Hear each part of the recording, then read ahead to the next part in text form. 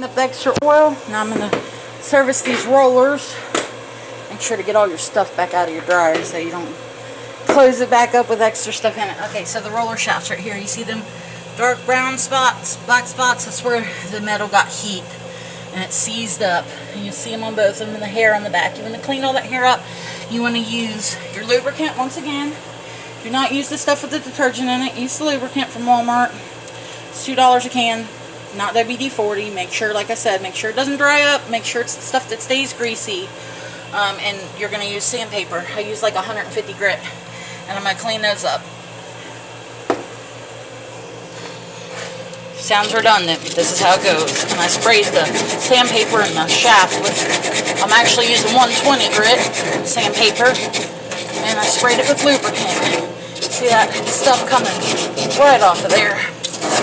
And you're going to wipe it with a rag. See how much stuff came off. If it looks a little scratched, it doesn't matter. As long as when it's done, it's no more black spots, nice and shiny. Make sure you use a lot of lubricant.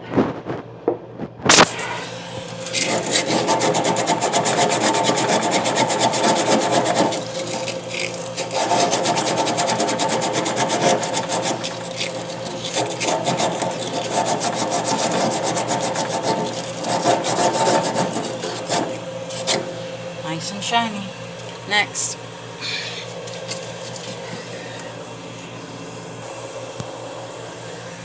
Nice and shiny. It's got most of the brown spots off of them. Sanded them down a little bit from where they get hot and bulge up a little bit. Not much, but you'll notice when you do it.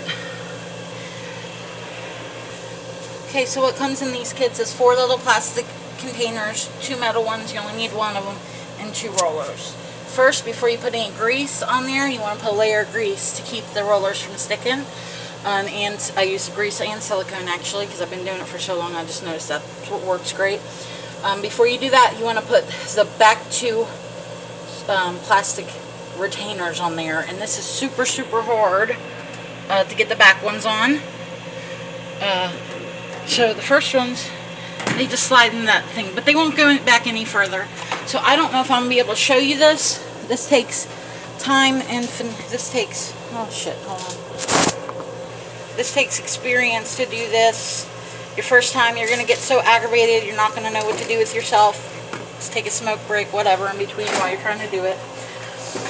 So it sits in there. You're gonna take the littlest tip screwdriver you got, and I cannot hold the camera and do this at the same time. So I'm gonna have to set it down, but basically what I do is I put it in this little slot. And I use my thumb. Do not stab yourself when you're doing this. You use your thumb, and I have to use my other hand because I have to push back on this while I pry that up out of the slot, and it goes back. I have to do it 3 different times till I get that to slide all the way back to the back one, and it's so hard. Like I said, take your time with it.